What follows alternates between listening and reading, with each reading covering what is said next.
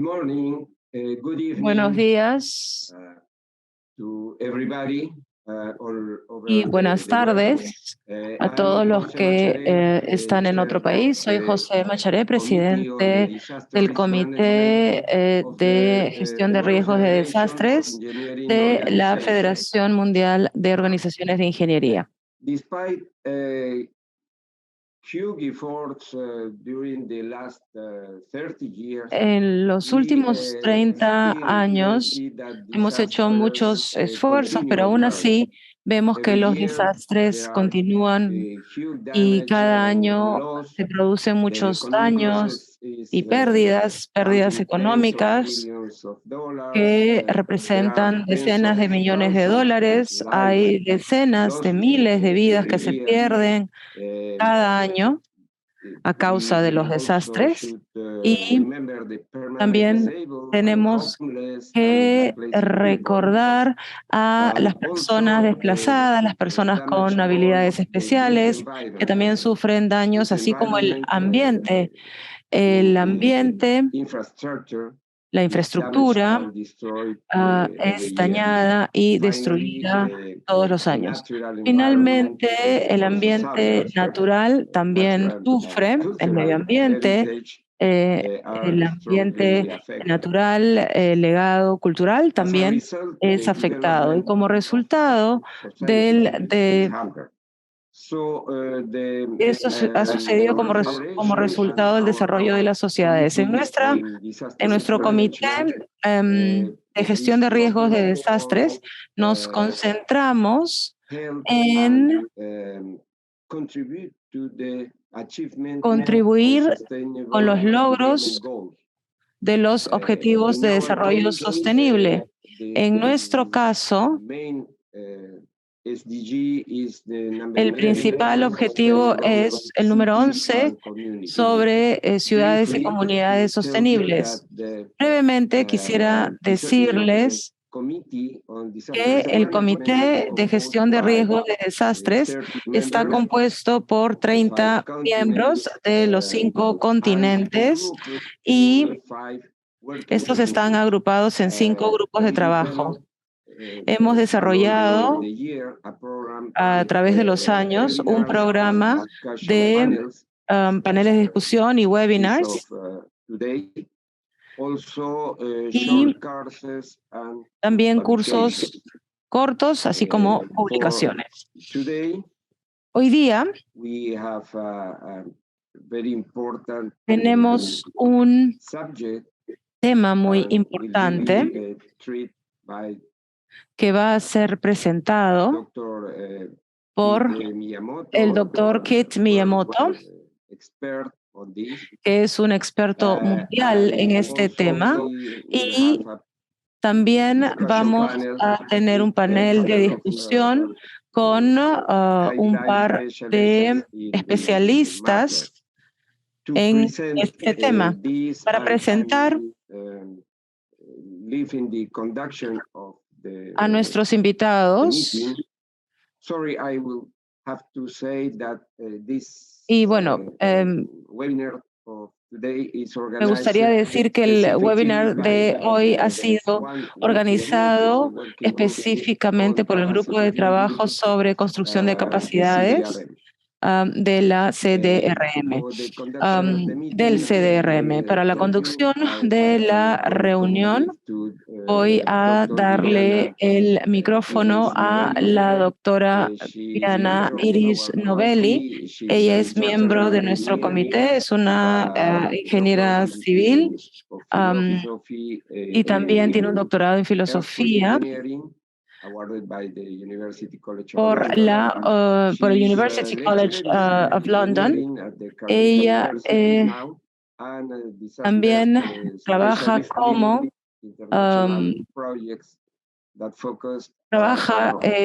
o dirige proyectos internacionales centrados en la modelización de terremotos para evaluar el comportamiento de los edificios. También su trabajo se centra en el desarrollo de vías para mitigar los riesgos de desastres provocados por el cambio climático mediante estrategias de ingeniería resilientes y sostenibles. pathways to mitigate the disaster risk. Es consultora de estructuras para el Banco Mundial y también forma parte del Comité de Gestión de EEFIT y de la WFEO y del CDRM en el equipo de fortalecimiento de capacidades. También trabaja como consultora para el Banco Mundial. Y, como dije antes, es parte del Comité de Gestión del EEFIT. Y también, como les dije antes, miembro de nuestro comité sobre gestión de riesgos de desastres. Así que le voy a dar el micro a la doctora Novelli. Hola, muchísimas gracias. Buenos días, buenas tardes a todos. Realmente es un placer para mí estar aquí hoy para moderar esta sesión con nuestro experto, el doctor Keith Miyamoto. Pero antes de presentar a nuestro speaker, quisiera hablar sobre el tema de hoy.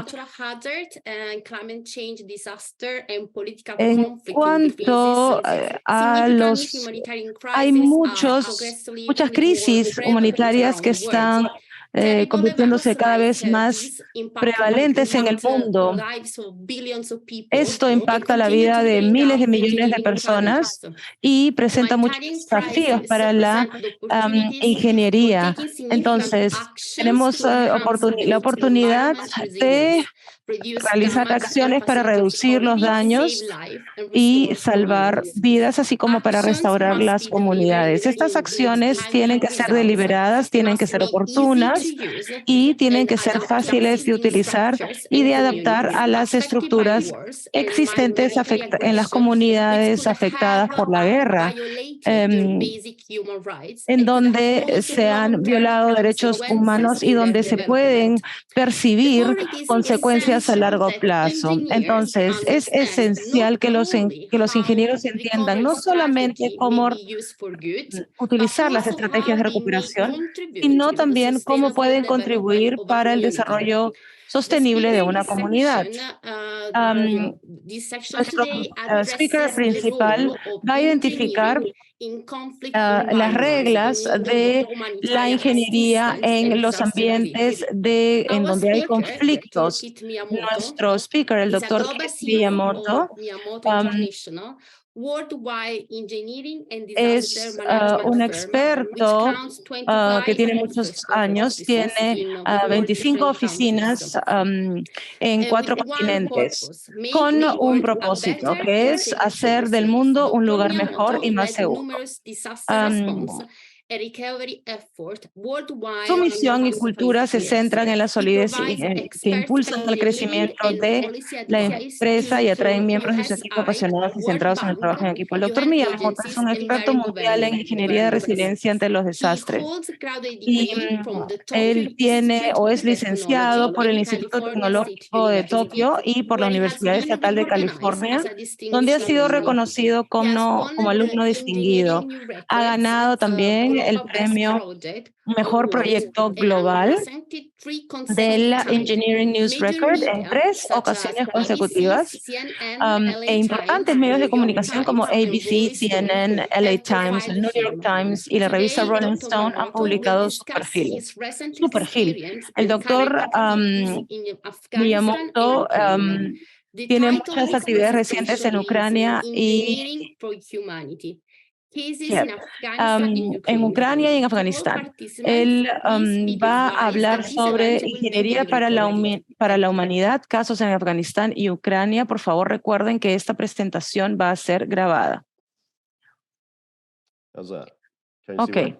¿Pueden ver mi presentación? Ok, muy bien. Bueno, muchísimas gracias. Buenos días, buenas tardes para todos. Entonces, voy a dedicarle los siguientes 40 minutos aproximadamente para ver diferentes tipos de desastres. Uno es causado por los terremotos y el otro es causado por las personas, por los humanos. Pero ambos tienen parámetros en común. Estos desastres tienen parámetros en común y los ingenieros pueden evaluar y buscar soluciones para una recuperación rápida. Este es el tema de la presentación. Entonces, nosotros estamos ubicados, nuestra compañía, Miyamoto Global, está ubicada en diferentes ciudades de los 5 continentes. Y en Latinoamérica y en el Caribe nosotros tenemos presencia en México, Colombia, Puerto Rico, Haití, como pueden ver. Y estamos ubicados en áreas altamente expuestas a terremotos y huracanes. Entonces, la mitad de nuestro trabajo es estructural, hacemos diseño de ingeniería, construimos sistemas y luego tenemos la parte de asistencia humanitaria con la que trabajamos con USAID, el Banco Mundial, con mecanismos de respuesta ante los desastres. Entonces, este es el caso de Afganistán. Entonces, hubo un terremoto. Esto fue en junio de este año. Y este evento causó que entre 80 y 100,000 personas quedaran sin hogar y fueran expuestas a un invierno bastante severo. Este terremoto fue de una intensidad bastante alta. Esta área está ubicada, si ustedes conocen la geografía de Afganistán, tenemos la frontera de Pakistán hacia el este. Ahí es donde es una zona muy difícil de llegar, digamos. Se necesitan 6 horas o al menos todo un día para ir en auto desde Kabul hasta esta área. Entonces, es una zona bastante difícil, de difícil acceso, ¿no? No hay medidas de seguridad en este ambiente. Básicamente ahí hay una autoridad de facto, ¿no? Entonces es muy difícil trabajar con el gobierno, hay que trabajar con las personas, con las comunidades para asegurarnos de que tengan algunas medidas de seguridad. Entonces, esta es la evaluación de habitabilidad que se realizó en complejos, algunos complejos seleccionados, 550, y hicimos una evaluación a una escala muy amplia, digamos, ¿no? Y no teníamos un dataset técnico, teníamos que tener un entendimiento técnico para saber cuáles eran las medidas de seguridad en cada casa, en cada edificio. Entonces, aquí llegamos a fines de julio aproximadamente. Entonces, hicimos un muestreo aleatorio, ¿no?, de estos complejos, que son grupos de casas básicamente, y que comprendían 2,700 familias. Entonces, hicimos este estudio. Nosotros utilizamos la plataforma ArcGIS para hacer esto. Y empleamos a 30 ingenieros locales, digamos, para hacer este trabajo, para recopilar los datos técnicos, ¿no? Qué tipo de edificios tenían, qué tipo de daños se habían causado y cuáles eran las maneras de arreglar o de solucionar estos problemas. Una vez que obtuvimos estos datos, los colocamos en este formato, en la plataforma, ¿no?, para poder ver la distribución. En verde tenemos dónde están los daños. Entonces, utilizamos imágenes satelitales para entender de manera más amplia cuáles habían sido los daños en general. Nosotros recogemos información sobre la distribución total. Teníamos un 5 o 10% de información recopilada, así que basándonos en esta información, encontramos que había un nivel de colapso que estaba marcado en rojo, que representaba el 17%. En amarillo estaban las zonas que se podían reparar, que estaban dañadas, pero se podían reparar, 51%. ¿No? Se puede utilizar y las instalaciones que se podían utilizar, que son las verdes, que eran las habitables, eran 32%. Entonces, este fue el último terremoto que ellos tuvieron ahí fue hace más de 100 años. Entonces, la gente no sabía, digamos, cómo protegerse de esto. Así que todos entraron en pánico cuando hubo el terremoto y muchos edificios colapsaron. Pero si ven estos datos de aquí, 50% del daño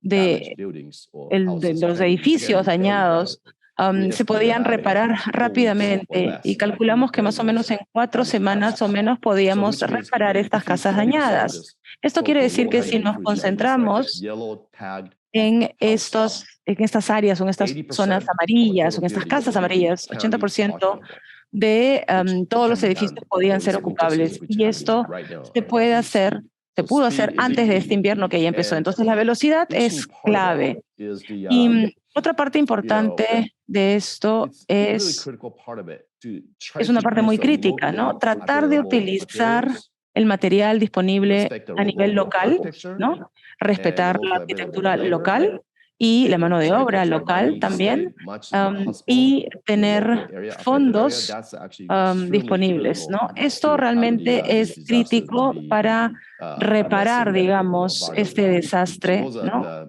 Que no afecte tanto a las personas. Entonces, voy a describir cómo se ve uno de los complejos. Esta es una zona bastante bonita. Esta es una zona a donde no es fácil de acceder porque el terreno es muy rugoso, ¿no? Y bastante inestable. Entonces, y también es una zona de acción de los talibanes. Entonces, aquí tenemos un complejo.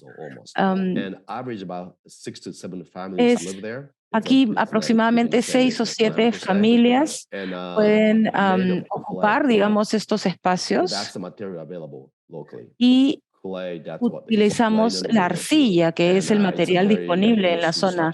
Arcilla y madera. Es un sistema de estructuras bastante interesante.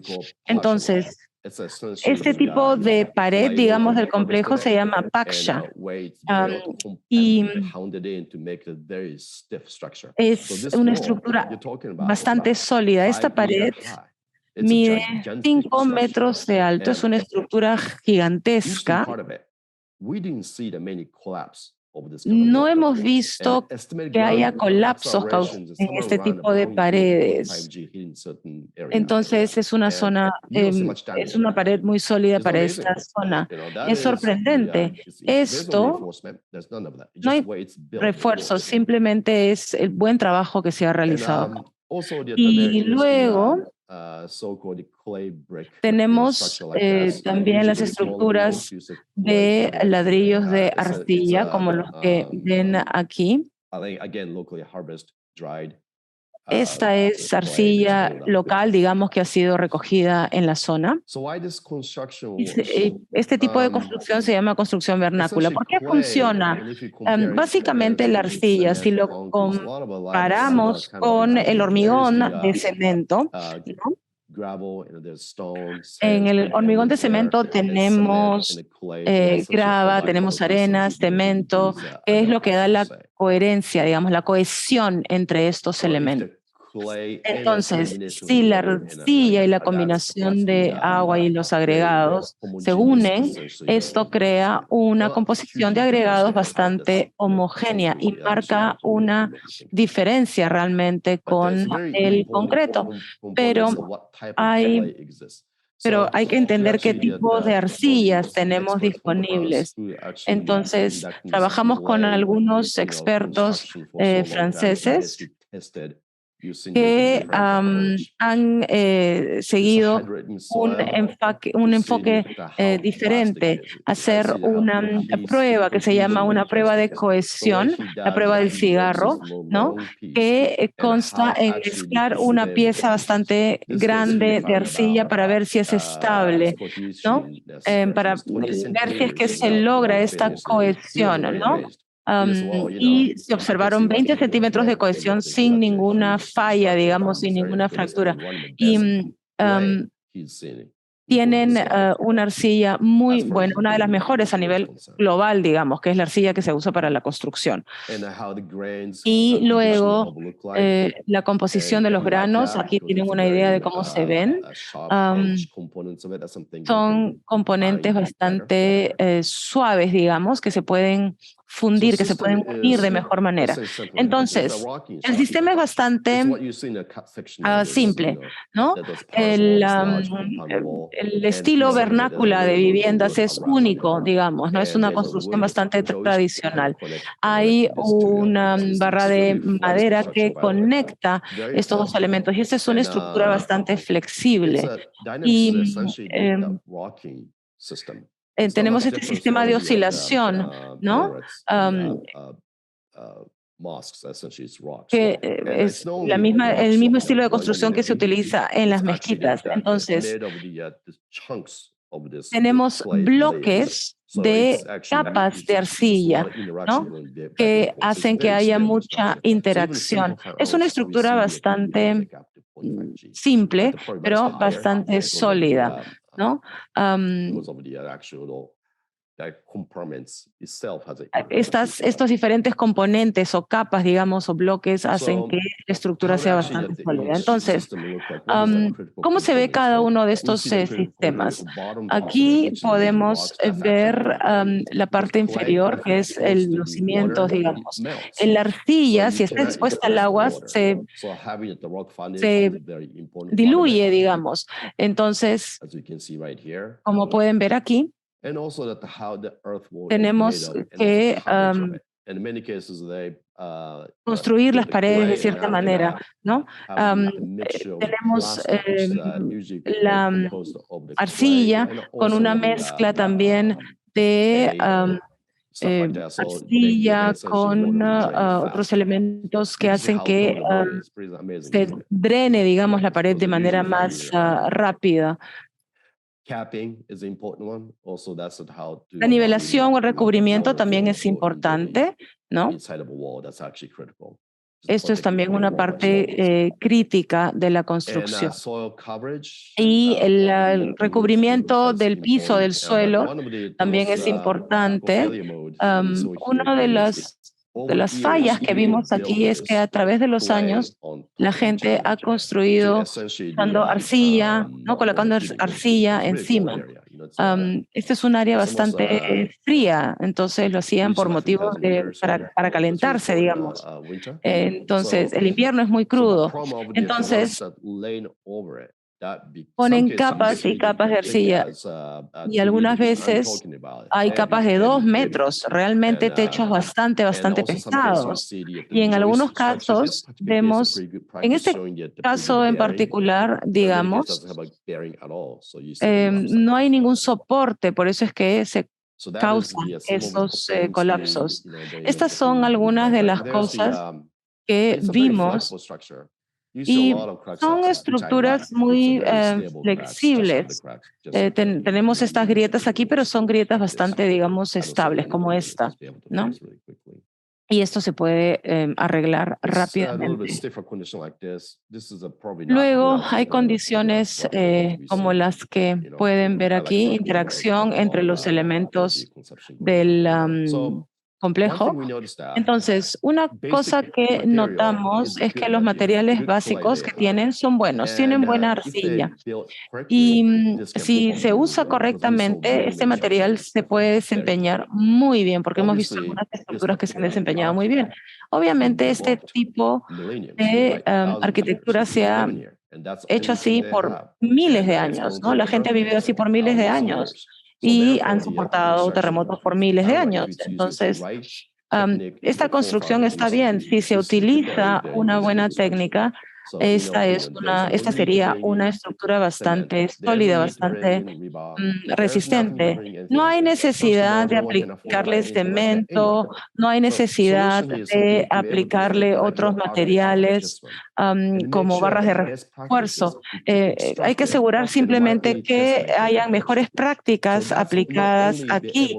Entonces, de esta manera vamos a cubrir las necesidades de protección, de refugio, digamos, pero también vamos a poder resistir a los terremotos. Por ejemplo, el techo no debe ser tan grueso, digamos, ¿no? No más de 8 pulgadas. Esto es crítico. Los cimientos también tienen que ser sólidos y altos para que el agua no diluya, no ablande, digamos, la arcilla. Entonces, las paredes también, la proporción entre el grosor de las paredes y la altura del techo también.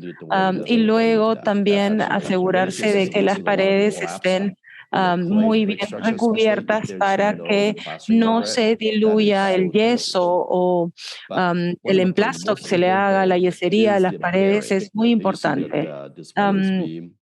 Las barras de madera también, algunas son muy pequeñas, pero las tenemos más grandes, más sólidas, este sistema, ¿no?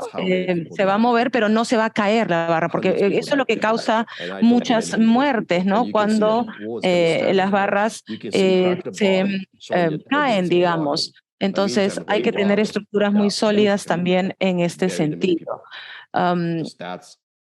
Los soportes. Entonces, son pequeños cambios en realidad y buenas prácticas, ¿no? Para marcar, digamos, la diferencia. Entonces, este es el resultado del equipo local que tuvimos trabajando aquí. Hicimos un estudio para ver cuáles eran las necesidades, las capacidades que teníamos. Y encontramos un poco más de 14,000 familias afectadas. Entonces, las capacidades que teníamos para cubrir las necesidades de estas familias, sí, eran buenas, teníamos recursos para hacerlo, pero el invierno se acercaba. Entonces, lo imperativo era reparar las estructuras inmediatamente. Desafortunadamente había una brecha en el financiamiento de más de 6,000. Entonces, ahora aproximadamente tenemos listas 2,000 o 3,000 unidades que hemos reparado utilizando esta metodología. Una de las cosas más importantes o el mensaje clave aquí es que nosotros trabajamos muy de cerca con los sistemas locales. No solamente nuestra organización es la que hace cosas, sino que hemos trabajado con diferentes socios, digamos, y esta es una parte muy importante de la coordinación, del trabajo o el esfuerzo de coordinación que desarrollamos para este proceso de recuperación. Entonces, aquí pueden ver algunas fotos. Esto, por ejemplo, es una mala práctica. No, esta es una pequeña comunidad en donde más o menos 1,000 unidades fueron destruidas porque utilizaron arcilla, pero la técnica no era muy buena, digamos. Entonces, destruimos todo, removimos todo y empezamos a construir. Eso es un trabajo en proceso, ¿no? Pero, como pueden ver, el problema de este enfoque no solamente es que la gente no puede ya seguir construyendo de esta manera. Esta es una solución única, pero es bastante costosa. Y esto ya es un desastre ambiental en sí, digamos, ¿no? Y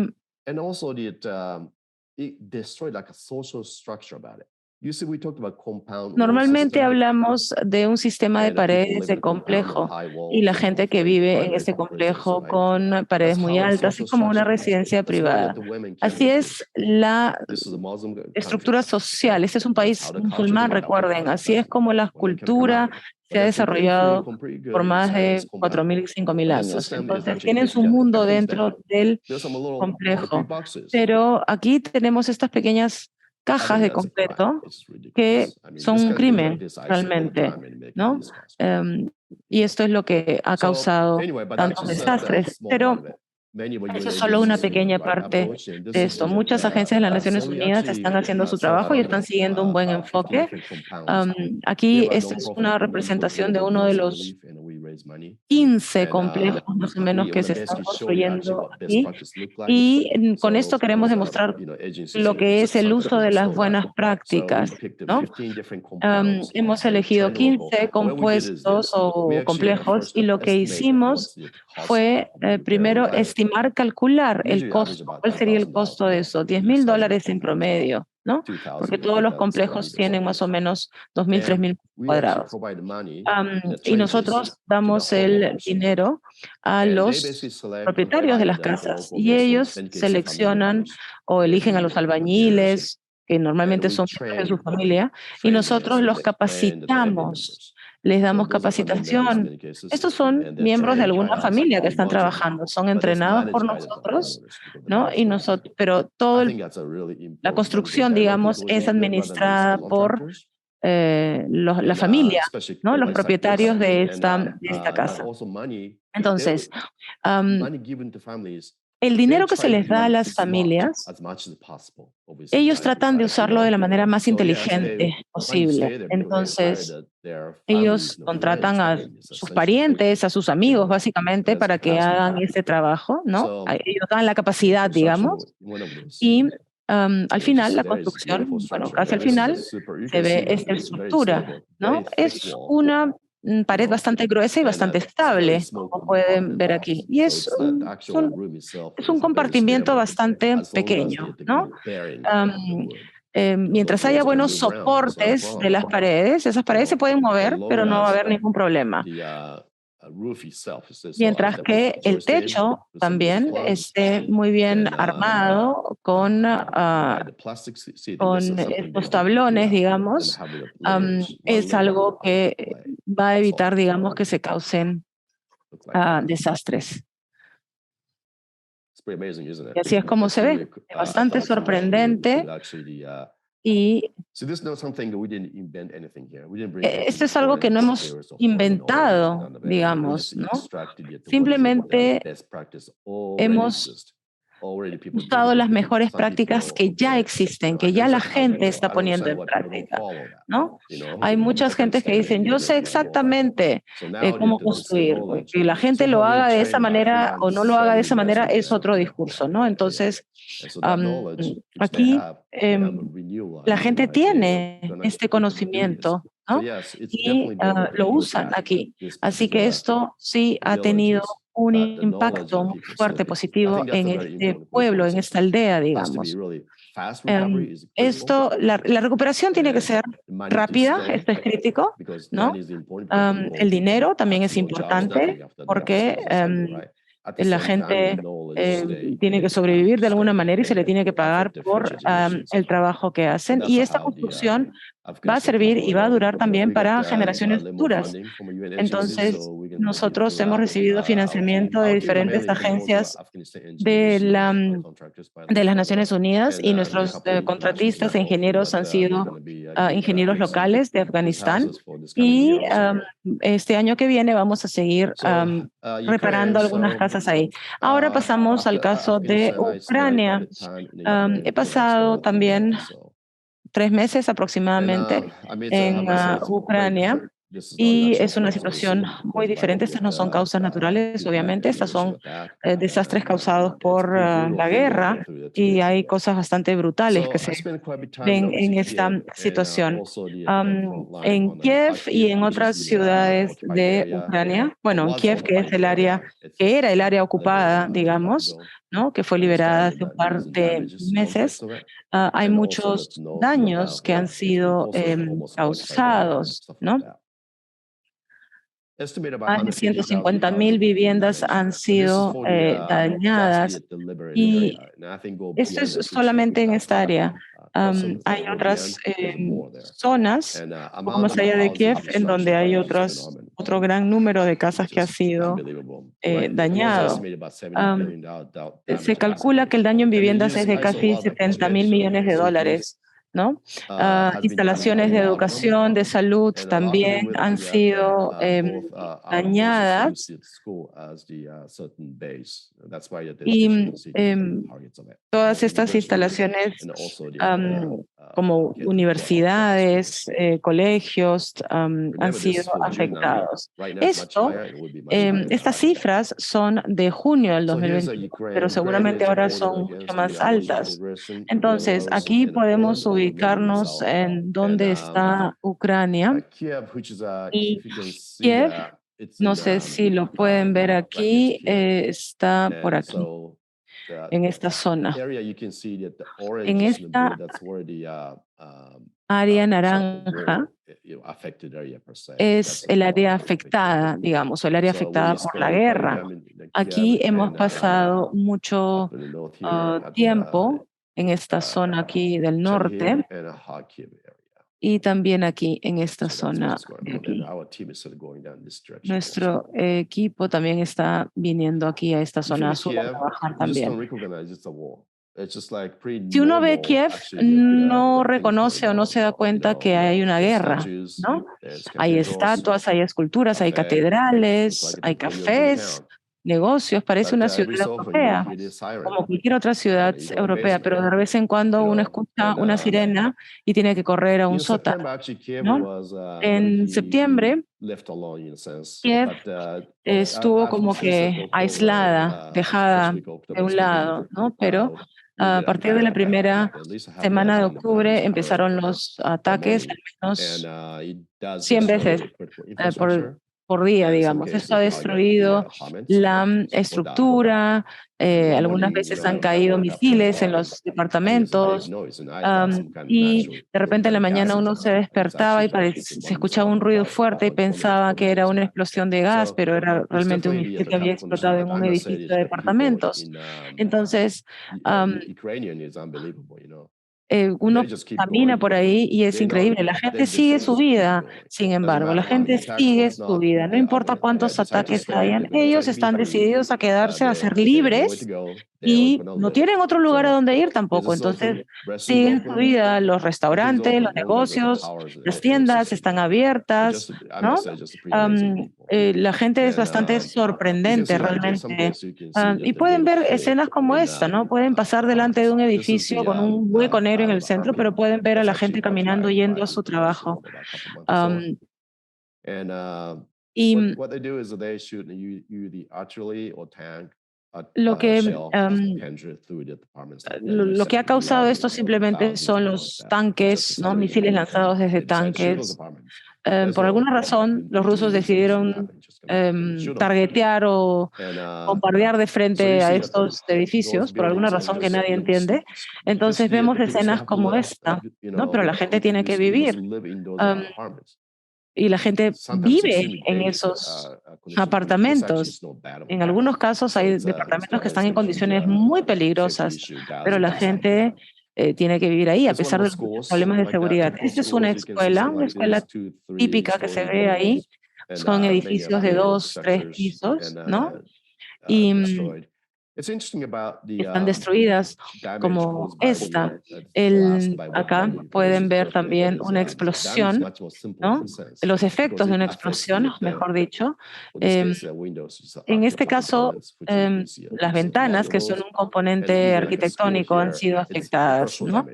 Y también el daño que va más allá de este daño estructural, digamos, ¿no? Esta área es un área residencial, digamos, ¿no? Y es terrible ver todo este daño en estas estructuras. Este es el daño causado por una explosión, sin embargo.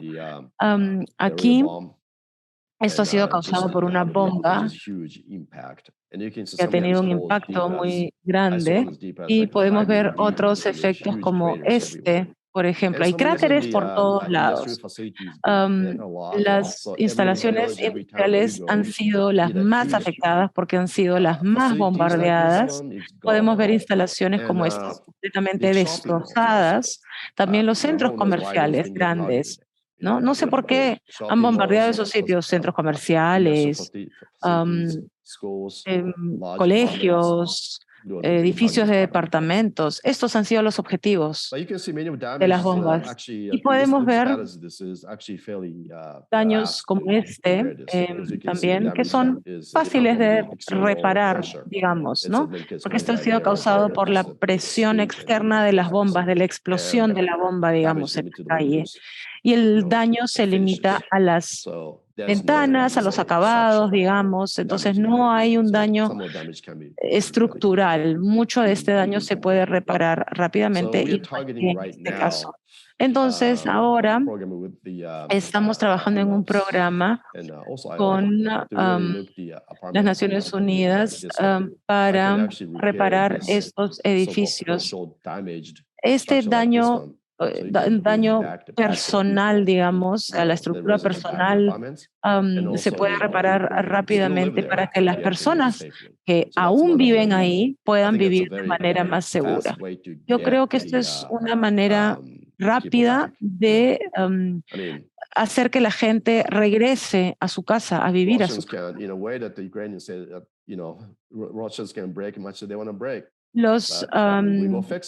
Las personas en Ucrania dicen, bueno, los rusos pueden romper y hacer explotar todo lo que quieran, nosotros los vamos a reparar. Yo una vez escuché una explosión un lunes por la mañana muy fuerte, ¿no? Y esto creó un cráter gigante en la calle, pero los carros a las 2 horas los carros ya estaban circulando por la zona porque inmediatamente hicieron una reparación improvisada, digamos, para que la gente pudiera seguir con su vida. Tienen equipos disponibles que reparan las cosas inmediatamente. Al día siguiente ya está todo funcionando. Entonces, se ve mucho daño como este, por ejemplo. Esto es un poco más costoso de reparar, pero es algo que se puede hacer. Cuando llegamos a esto, ya de repente el daño es tan intenso, estos son causados por las bombas, entonces es un poco difícil. Aquí la solución sería demoler el edificio. En septiembre de este año, las personas en Ucrania decidieron que había muchos elementos que se continúan utilizando en los edificios, como el asbestos, por ejemplo, ¿no? Que se ha utilizado ampliamente. Todas las casas, todas las estructuras tienen asbestos.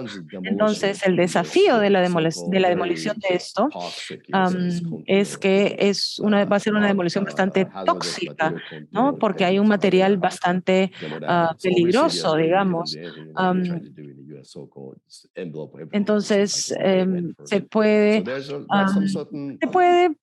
digamos, solucionar. Hay ciertos enfoques que se pueden seguir. Tenemos expertos de asbestos que nos pueden indicar cómo remover todos estos elementos. Yo creo que hay diferentes maneras en las que se puede eliminar el riesgo de exposición al asbesto.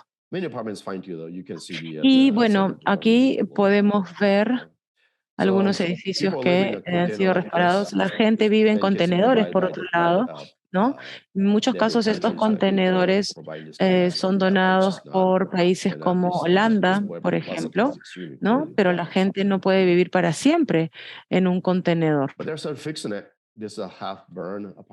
Aquí tenemos algunos departamentos que han sido que han sufrido un incendio y el gobierno local no tiene la capacidad. Creo que están esperando a alguien que venga a ayudarlos, ¿no? Están utilizando el dinero de los impuestos, digamos, para poder arreglar lo que puedan arreglar los departamentos, los edificios de departamentos o las escuelas, pero no pueden arreglar todo, todas las estructuras. Y yo estuve hablando con una persona que había perdido todo lo que tenía, no tenía su fábrica, no tenía absolutamente nada, pero tenía algo de dinero ahorrado y empezó a arreglar, a invertir ese dinero para arreglar algunos de estos departamentos, 10, 20 unidades. Entonces, está usando su propio dinero para arreglar los departamentos de estas casas. Hay gente bastante increíble. Aquí tenemos otro edificio. Aquí no se puede hacer mucho para salvar porque hay polvo que vuela por todo el lugar. Entonces, no sabemos tampoco si es que hay componente de asbesto en este complejo de departamentos. Podemos ver también estas diferentes tomas de la ciudad, ¿no? El método de ataque de los rusos es destruir, matar lo más que se pueda, básicamente. Y esto es algo que yo logré ver allá, pero los ucranianos siguen su vida. Estuve hablando con una señora que había regresado a su casa con sus 2 hijos y ella se sentía mucho más segura en su ciudad ahora, ¿no? Que antes, que cuando escapó. Y yo le pregunté, ¿por qué volviste? Y me dijo, bueno, es mi país, es mi pueblo y es donde vivo, ¿no? Así es como piensa la gente ahí. Los pueblos son así, ¿no? Muchos están destruidos. Pueden ver cosas como esta en muchas casas. Y ahora hemos recolectado fondos para arreglar un kindergarten, 4 casas como esta y también un edificio de departamentos que son más pequeños, ¿no? Pero donde vive gente mayor, como esta señora que ven en la foto, ¿no? Y bueno, no es un país rico, definitivamente, ¿no? Especialmente los pueblos en el campo, digamos, la gente no tiene muchos medios de vida. Es gente que trabaja todos los días, ¿no? Esta señora, por ejemplo, no tenía dinero para comprar ventanas, entonces nosotros la ayudamos a reparar sus ventanas. Podemos ver también gente anciana y niños. Esa es la población que se ve en el campo, pero esta gente es increíble. Han perdido la mitad de su casa, ¿no? El señor que vieron en la foto anterior era contratista antes, entonces sabía cómo arreglar, digamos, algunas de las fallas.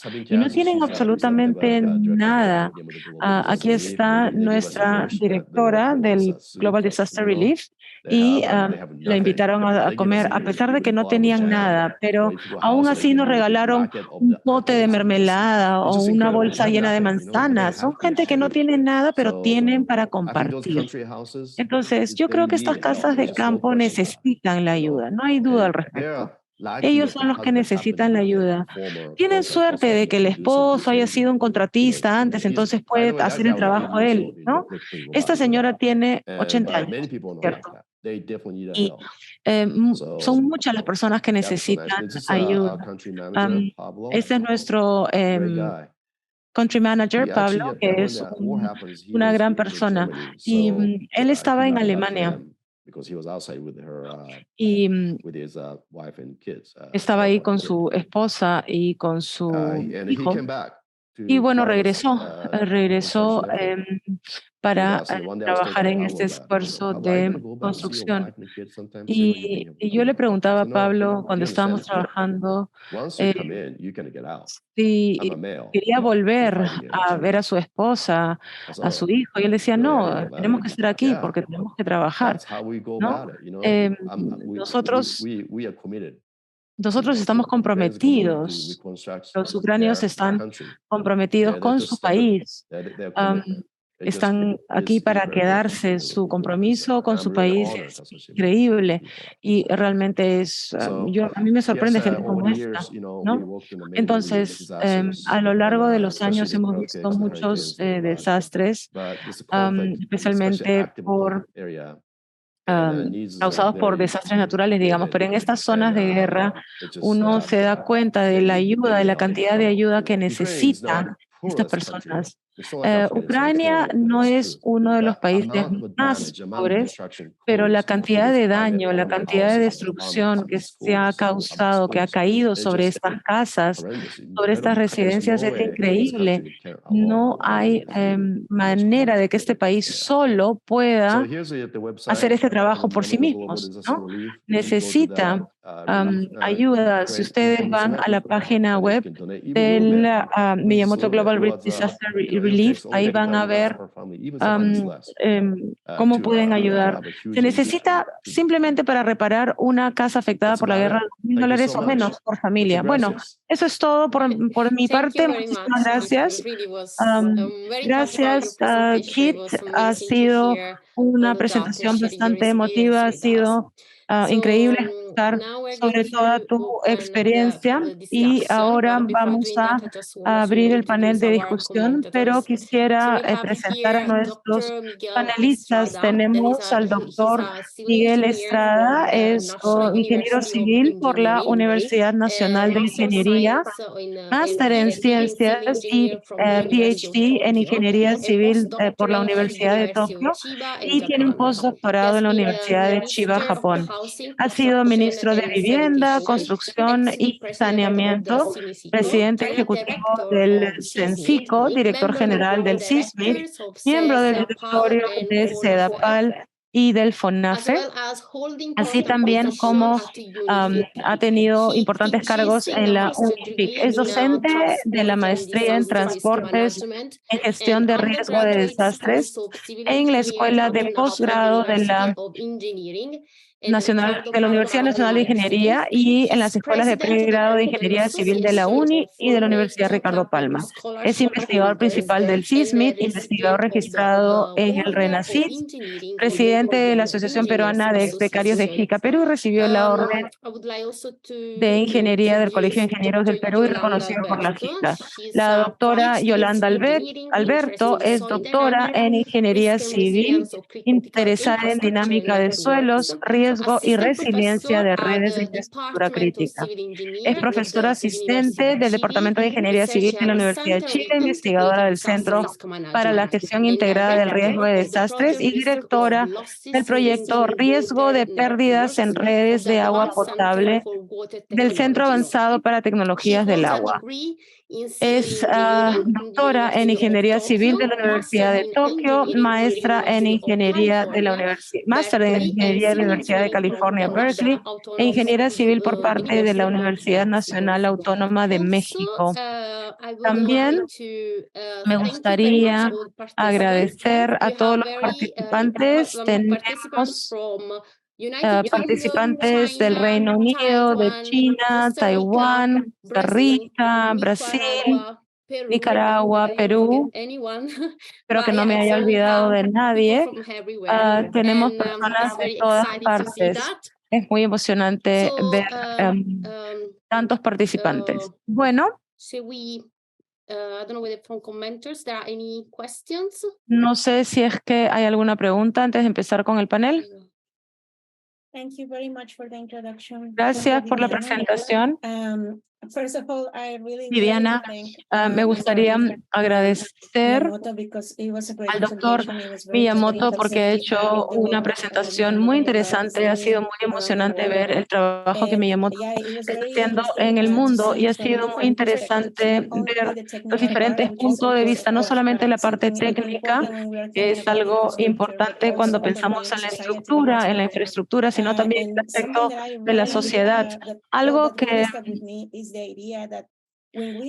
se me quedó es la idea de que cuando pensamos en la reducción de desastres, tenemos que rescatar este conocimiento local, especialmente cuando pensamos en estos países que tienen menos recursos.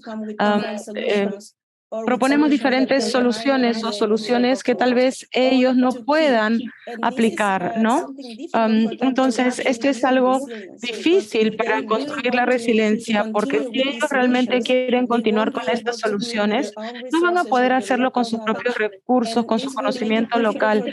Y esto va a hacer que sea difícil para ellos en el futuro. Y la idea de que se utiliza este conocimiento local, los materiales locales, es algo muy importante cuando pensamos en este trabajo. Tenemos que innovar. Y yo creo que la innovación puede venir de diferentes maneras. Pensamos que tenemos que proponer diferentes soluciones y eliminar el conocimiento local, pero en realidad pensemos en qué salió mal, cuáles fueron los errores, cuáles fueron las partes críticas de la estructura que podrían ser preparadas de diferente manera, pero con el mismo conocimiento local, con los mismos materiales locales. Esta es parte de la innovación. Y yo creo que esto es realmente lo interesante. Estaba pensando que, bueno, ¿cómo se les ocurrió estas soluciones, esta idea? ¿Y cuáles son otras maneras en las que se puede aplicar todas estas ideas en diferentes desastres? Yo creo que esto es algo que vemos todo el tiempo. Yo estuve en Haití después de 2010, después del terremoto que hubo y que causó tantos daños y que se cobró tantas vidas. Entonces, vimos muchas cosas ahí. De alguna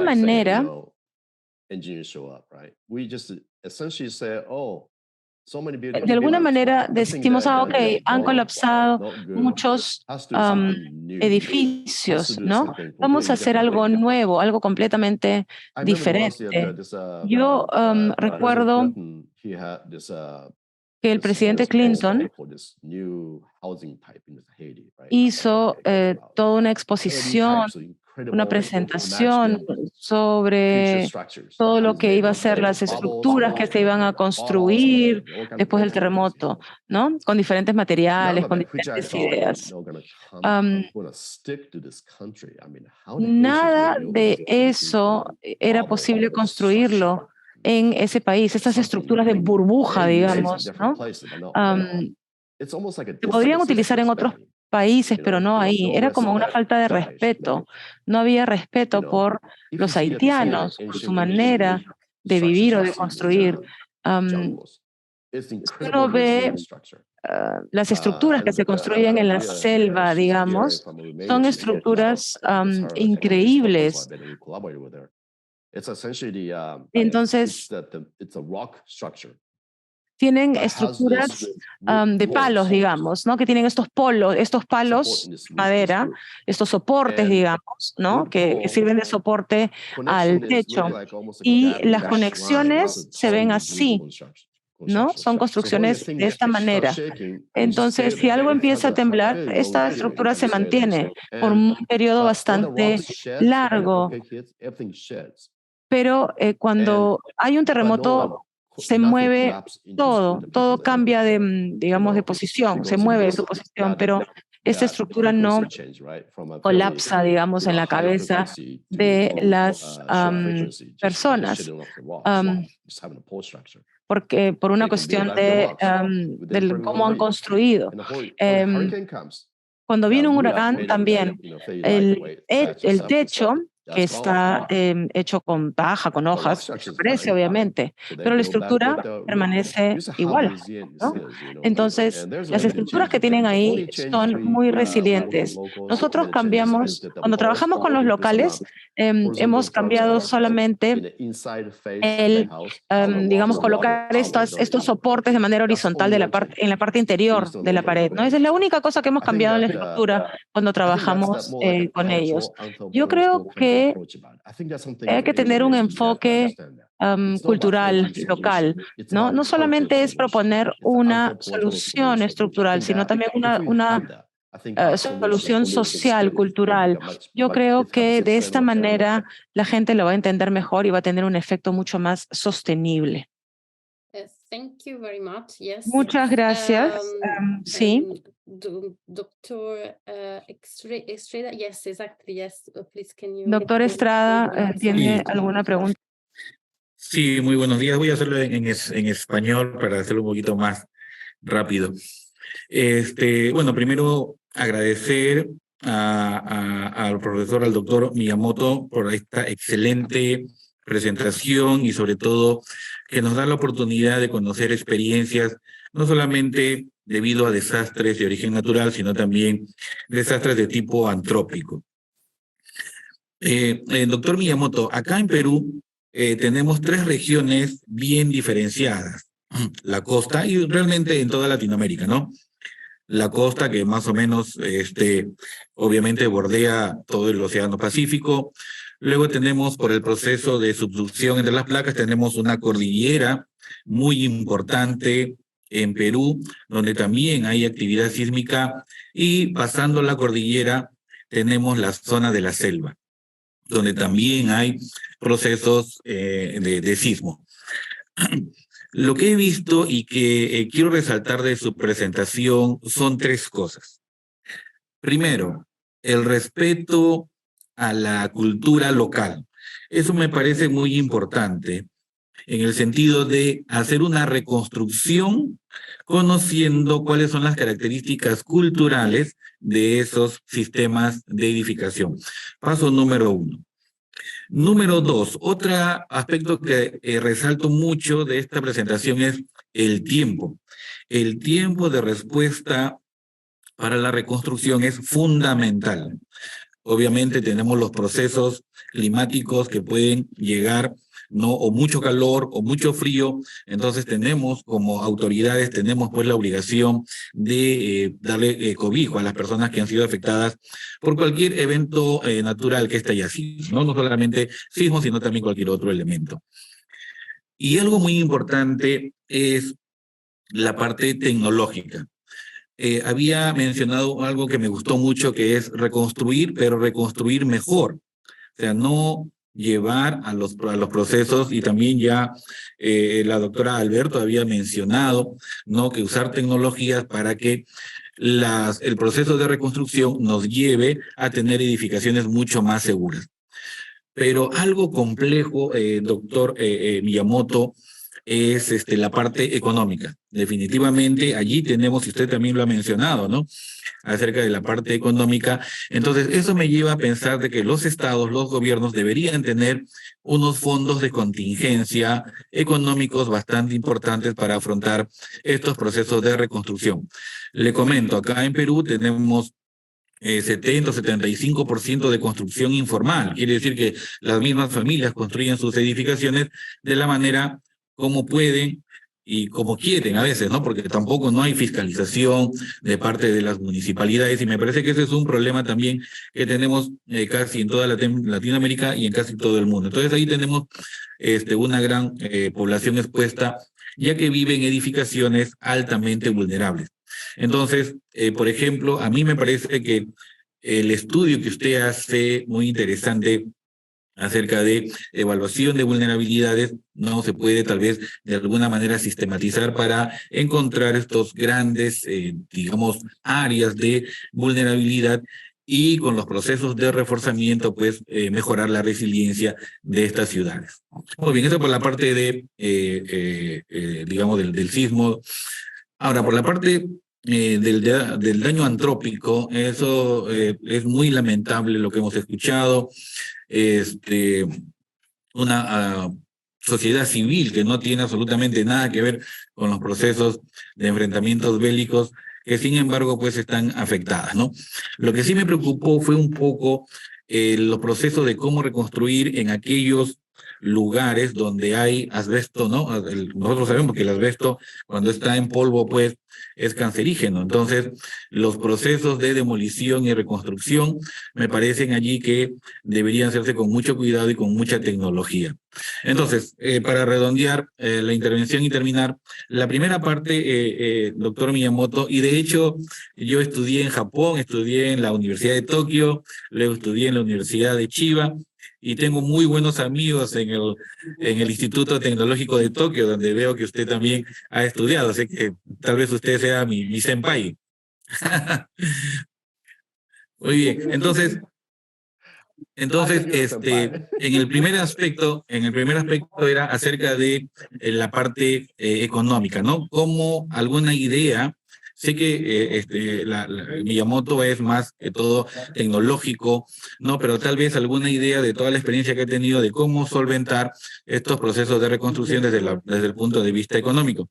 Y para la segunda parte, ¿no? La reconstrucción y el manejo de materiales peligrosos. Esas serían mis dos consultas, por favor.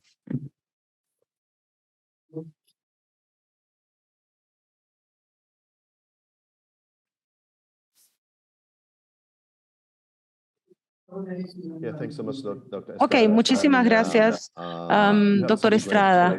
Ha mencionado puntos muy interesantes sobre la construcción, especialmente en Latinoamérica y el Caribe. Es algo que vemos en diferentes lugares del mundo, ¿no? En las construcciones árabes, griegas, parece que todo el mundo tiene estos problemas. Pero si vuelvo al ejemplo de Haití, por ejemplo, yo creo que hay cambios que se pueden hacer, comenzando con los trabajadores que uno contrata, digamos. Tenemos que tener también refuerzos, digamos, en las estructuras que reparamos. O sea, lo que quiero decir es que tenemos que hacer los refuerzos, ¿no? Mejorar los refuerzos y tener un buen soporte también en la parte superior. Esto crea mucha diferencia en el factor de riesgo de colapso. Nosotros consideramos estas cosas, estos puntos, y hemos visto mucha diferencia. Hemos visto que no afecta el costo de la reconstrucción, pero sí afecta la seguridad de la estructura. Nuestra compañía ha capacitado casi a 7,000 albañiles. Hay muchas otras personas que se capacitan con nosotros, ¿no? Pero estamos hablando solamente de los trabajadores en el área de Port-au-Prince. Entonces, nosotros asistimos también en la reparación de muchas viviendas después del terremoto del 2010. Y en algunas áreas remotas también utilizan las guías que nosotros hemos aplicado en Port-au-Prince para reforzar sus estructuras. Y yo les preguntaba, ¿cómo saben eso? ¿Yo les he enseñado a ustedes eso? No. Nosotros no sabemos quién es usted, no tenemos idea de quién es usted, simplemente nosotros sabemos, ¿no? Lo hemos aprendido aquí en la escuela, donde hemos aprendido a construir casas, ¿no? Entonces, ellos ya tienen estas prácticas, digamos. Son albañiles sin educación, pero que saben hacer estas cosas. Entonces, esto tiene que replicarse a escala masiva, creo yo, ¿no? Y bueno, el componente financiero, yo creo que esto es un punto muy difícil porque en el ejemplo de Afganistán, mucho del dinero lo han invertido en cosas inútiles, estas columnas de concreto, digamos, que al final tuvieron que ser destruidas y son muy costosas. Entonces, ahí no ha durado rescatado nada de lo que han hecho. Han destruido la cultura, han destruido el complejo, han destruido la arquitectura. Ha sido un desastre en todos los sentidos. Entonces, esto ha costado mucho dinero. El enfoque que nosotros hacemos es muy costo efectivo. Cualquier persona puede construir, digamos. Ese era el enfoque. Entonces, aplicamos el financiamiento en puntos específicos, ¿no? Para todos los desastres hay financiamiento, pero este financiamiento está limitado. Entonces, la idea es utilizar estos recursos limitados, ¿no?, de manera efectiva.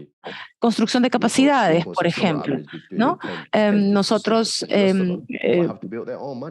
la gente tiene nosotros aplicamos el 10-15% de los fondos. La gente tiene que usar su propio dinero después para completar el financiamiento. Entonces, estos recursos limitados que llegan al país tienen que quedarse en el país en la medida de lo posible. No tenemos que tener gente que venga de diferentes lugares para construir. Simplemente utilizamos a los trabajadores locales, a la gente local que está disponible, los materiales locales del área afectada, para que el dinero se quede en esa zona. Esto hace una gran diferencia en la trayectoria, digamos, de la construcción o de la reconstrucción, del proceso de reconstrucción. Ese es el componente, eso es en cuanto al componente financiero. Y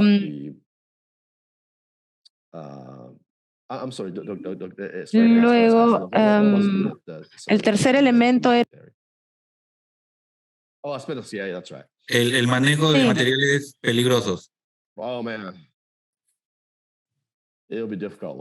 Bueno, eso es difícil, porque eso existe en todas partes, ¿no? Yo llegué a finales de septiembre, principios de octubre, ¿no? Y se puede ver esto en todas partes, de problema. Entonces, al final me acostumbré. ¿Qué más se puede hacer? ¿No? Tenía que usar mi mascarilla para poder entrar a estos pueblos, pero definitivamente creo que se puede limitar el riesgo, pero estuvimos hablando con Dr. Takahashi, que es un especialista en materiales peligrosos, y estamos trabajando con él para crear una serie de guías simples en cuanto a reducir, digamos, ¿no?, la peligrosidad. Si esas fibras, entran al aire, ahí se vuelven peligrosas. Entonces, hay que tratar de poner eso, hay que encontrar una solución simple para que se pueda hacer en los pueblos, digamos, o en estas ciudades en donde existe este material. Entonces, actualmente estamos discutiendo, digamos, este tema para ver cómo resolverlo, ¿no? ¿Qué medidas podemos utilizar para resolver? Pero sí, doctor Estrada, usted sí es mi simpa, de todas maneras. Thank you. Actually, I understand that also. Entiendo que también la doctora Alberto, study in Japan. Ha estudiado en Japón, entonces. So we study Sí, together, not together because no hemos estudiado juntos. Actually, she's much younger than Porque me. Ella es mucho más joven que yo. So, but we are at the same university, at Tokyo University. Hemos estado en la misma universidad, la Universidad de Tokio. ¿Sí? So what a small world is this? El mundo es un pañuelo. Okay, thank you very much. Muchas gracias. Muchas gracias. Doctor Alberto, quisiera agregar algo. Vi que estaba con la mano levantada. Sí, muchísimas gracias. Simplemente quería hacer una última pregunta sobre algo que estuve pensando que es muy interesante cuando hablamos de recuperación de desastres, y es la reactivación económica.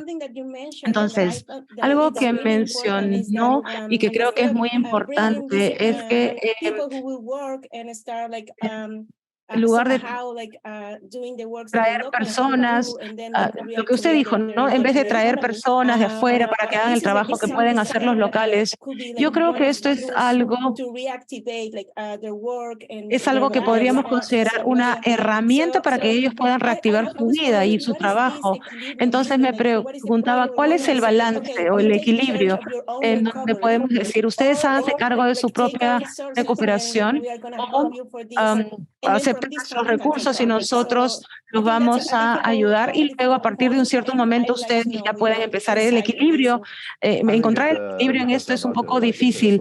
Yo creo que lo que usted dice es muy cierto, ¿no? En Afganistán, por ejemplo, ¿no? Tenían esta ONG que tenía acceso a fondos, digamos. Entonces,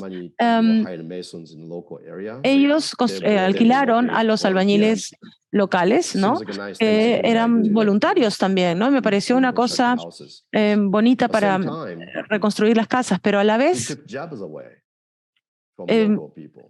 le quitaron, digamos, trabajo a otras personas locales, porque el traer a una persona de afuera es algo muy costoso, ¿no? Hay que alimentarlos, hay que darles hospedaje. Entonces, ¿por qué gastar ese dinero en personas de fuera? ¿Por qué no mejor contratar gente que ya vive ahí, en la que no tienes que gastar hospedaje ni comida? Simplemente los capacitas, los entrenan y pueden trabajar muy bien. Yo creo que esta es una buena solución que se puede hacer en otros lugares, ¿no? Y como dije antes, el dinero que llega tiene que quedarse ahí.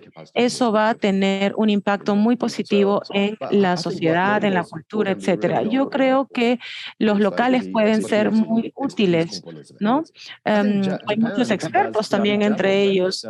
El Japón hace un muy buen trabajo en este sentido. Ellos no traen contratistas de Tokio para reconstruir, digamos, las pequeñas aldeas en zonas remotas, sino que envían el dinero, ¿no? El gobierno local tiene la responsabilidad de enviar el dinero, pero se contrata a la gente local. Hay muchos desastres que han sucedido en los últimos años, entonces esto es lo que han hecho, ¿no? Para activar la capacidad local, digamos, ¿no? La parte de la capacidad local, contratando a gente del lugar. Thank you very much. I actually have Ok, muchísimas gracias. Estamos quedándonos sin tiempo, así que quisiera agradecerle por la presentación. Quisiera agradecer también a nuestros comentaristas por sus preguntas. El doctor Macharé ahora va a hacer la conclusión. Muchísimas gracias a todos. Gracias, Viviana. Antes de cerrar esta sesión, quisiera agradecerles a todos.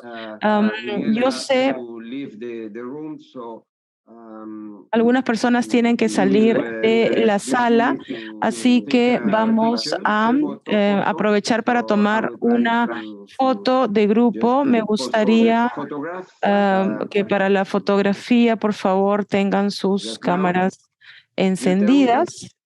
¿Me dices, Liz, cuándo puedo tomar la foto? Todos miren al frente. 1, 2, 3.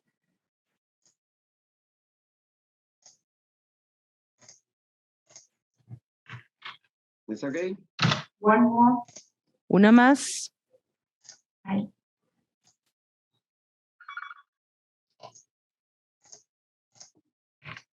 Gracias. Okay, thank you. Ok, muchas Thank you very gracias. much. Indeed, we have to acknowledge Tenemos que reconocer la contribución del doctor Miyamoto. Ha sido una presentación brillante. Muchísimas gracias, Viviana, por la conducción de esta sesión, y a todos nuestros coorganizadores también, las instituciones que han colaborado con nosotros, la Universidad de Cardiff, y la corporación Miyamoto, y también quisiéramos agradecer a nuestros comentaristas, Miguel Estrada, Yolanda Alberto, que siempre nos están ayudando a lograr nuestro compromiso, que es contribuir al cumplimiento de los objetivos de desarrollo sostenible para la ingeniería. Así que quisiera agradecer también a todos los participantes y vamos a anunciar brevemente nuestra siguiente reunión. Esperamos verlos a todos nuevamente. Muchísimas gracias. Thank you very much. Thank you. Gracias. Cheers. Bye. Hasta luego. Okay, bye bye. Bye-bye. Thank you.